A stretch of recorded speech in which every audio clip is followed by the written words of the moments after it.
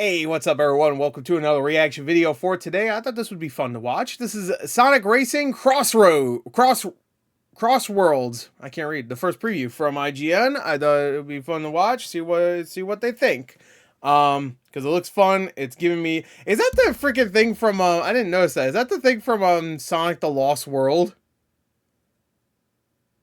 And I didn't notice.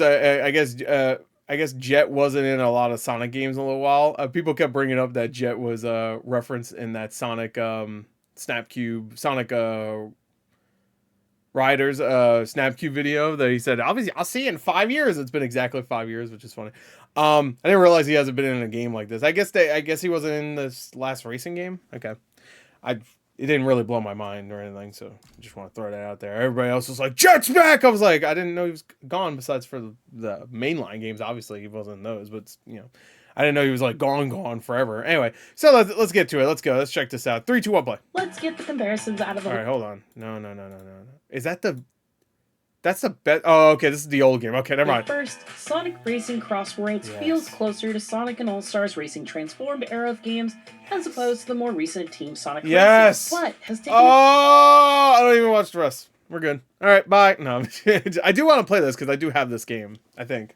So I want to give it a whirl. I never played the enhancements that Team Sonic Racing brought to the table. While I've enjoyed both formats, the 3-character mechanic of building a team to work together to coordinate racing and drift lines is gone. Instead, CrossWorlds goes back to the Mario Kart's everyone for themselves format. Like Mario Kart, it shares some similarities from the items on the course to the various shortcuts and kart customization. I love Transformed. All-Stars Racing Transformed.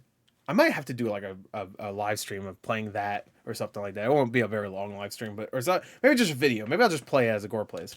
While it shares it's been a while. Some DNA, I played on Sonic Wii U. I Racing never played on Xbox. Evolves beyond what we've gotten from its now 11-year-old competitor. Now, one area that CrossWorlds may come up short and compared to Team Sonic Racing is so far there is no sign of an adventure mode, but this was an early look, so that might be one of the many reveals that the team is saving for later. Yeah, I mean, it would be cool if that's in there for sure. I could do a playthrough. That'd be nice, but I don't exactly need it, so I'm okay if it's not there. While many elements... I wish they revealed this at this state of play, besides revealing it the way they did a couple months earlier. Its competitors, the green and red rocket-powered gloves, bounce off walls, or home in on opponents, being the most one-to-one example to the shells in Mario Kart, and the customizable car parts and wheels like we got in 8, there is still enough here to help CrossWorlds stand apart from the crowd, though.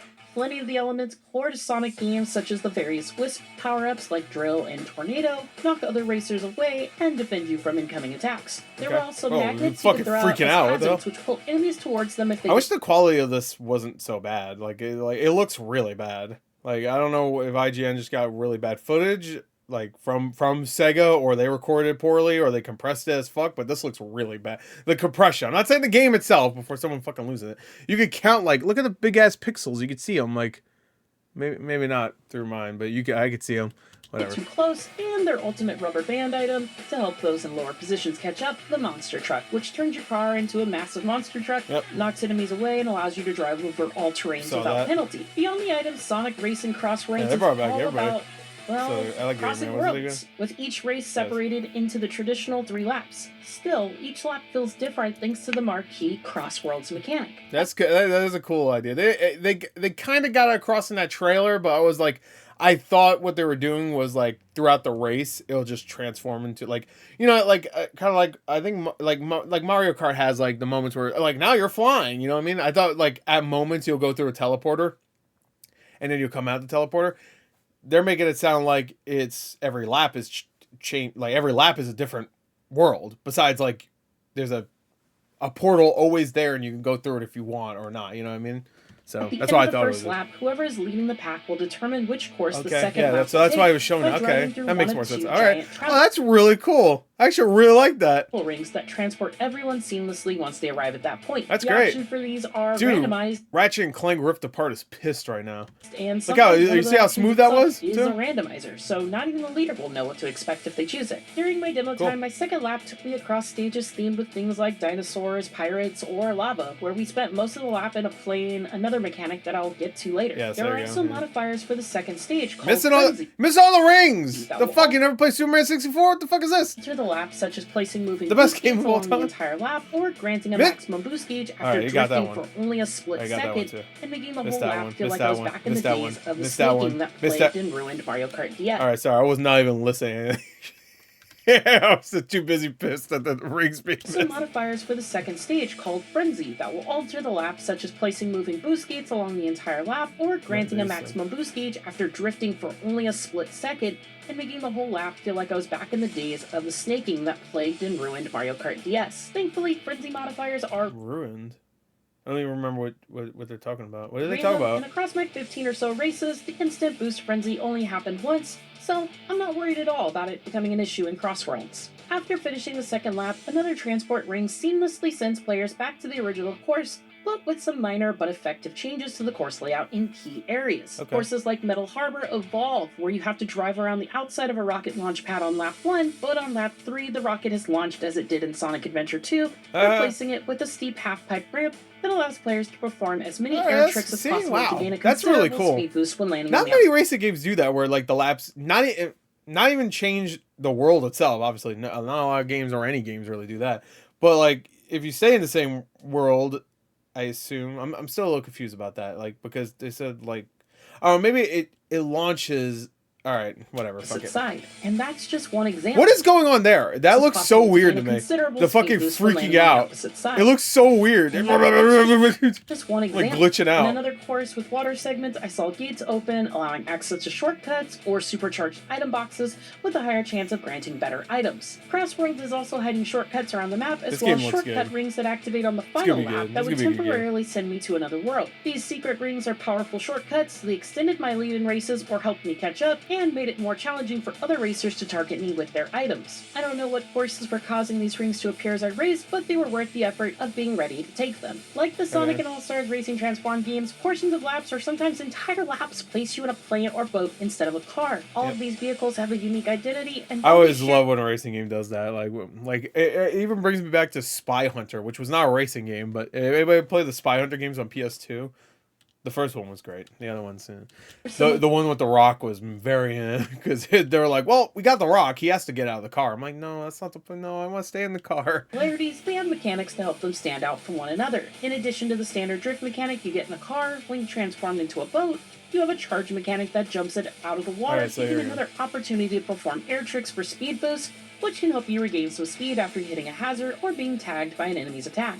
While planes offer more routes than the other vehicles, they do so only if you spot the alternate paths, like a chain of boost gates underneath the road on Magma Planet, where you need to dodge waves of magma to maximize the plane's advantage. The variety of vehicles and paths gave me nostalgic notes of figuring out the best routes based on the vehicle I was in, like I did in Diddy Kong Racing from my Nintendo 64 days, but with all the updates to the formula you would hope for in a game released nearly 2 decades later. While I was playing, I spotted some incredible inclusions spanning this looks better, this gameplay, right now. multiple generations that longtime fans of Sonic will be excited about. Of course. The roster of characters shown so Alright, it started moving now, it looks bad again. far ranged from I should have assumed that would be the case. expected heroes and regular all-stars, Sonic, Tails, and Knuckles, to less frequently playable characters like Cream, Omega, and even Zaz from Lost World. The rider you That is Lost World. They didn't bring up Jet. Jet fans are pissed. behind the wheel also has unique stats that will affect how they drive each car, and even rivals like Sonic and Shadow have similar yet different stats, such as one having more speed while the other having more power or boost.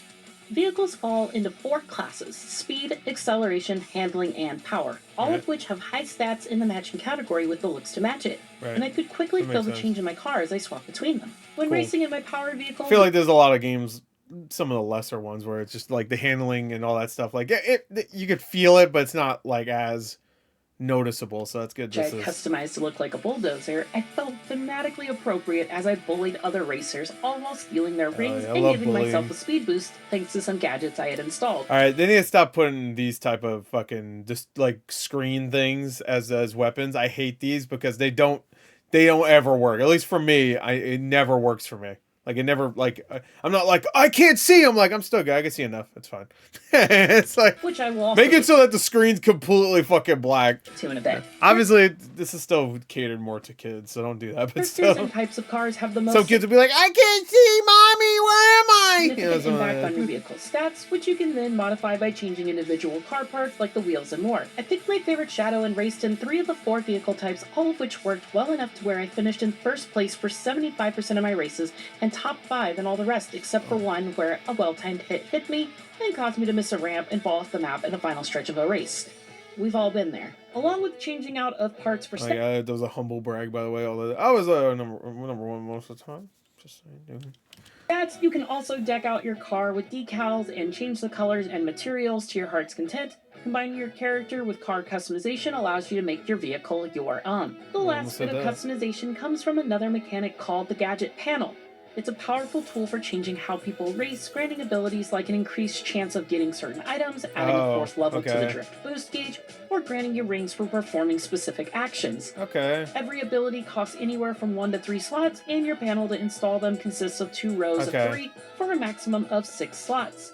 Alright, that might not fuck with the game too much. I started with... it's pretty much little abilities and stuff. Like, you can, like they said, that everybody, I'm assuming, gets. So it's like, I wonder if there's gonna be one that's just like so good that everybody uses it. Yeah, I bet. Only 2 slots, but after the one that sounds like the one that gives you a better chance of getting a certain item.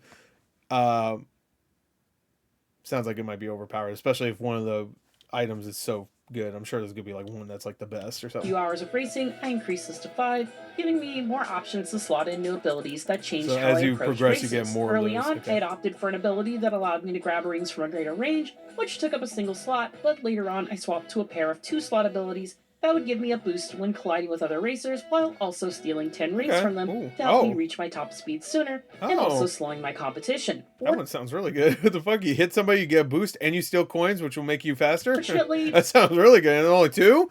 You have up to 6, right, they said? For my competitors, and unfortunately for me, they caught on to my antics thanks to the ability to see other racers' builds before a race, and shortly after implementing that strategy, nearly everyone else copied it, plunging our races into chaos like a 12-player game of bumper cars. Needless to say, this was a ton of fun as we all kept trying to ram into each other to get out in front. This game sounds really good. For the pack. Please tell me this is coming out like first half of this year.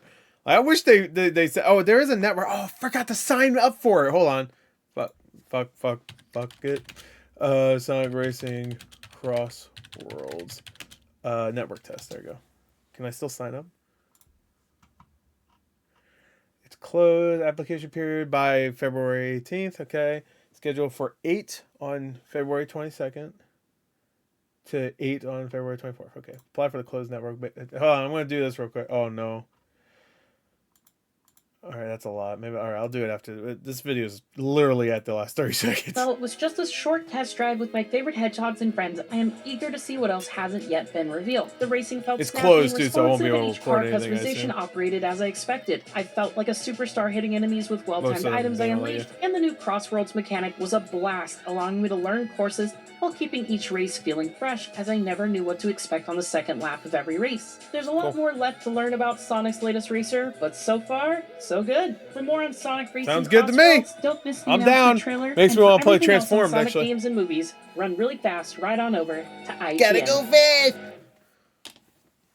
Y'all gave it the Sonic 3 a 6 out of 10. Don't tell me to watch your stuff. No, I'm just kidding.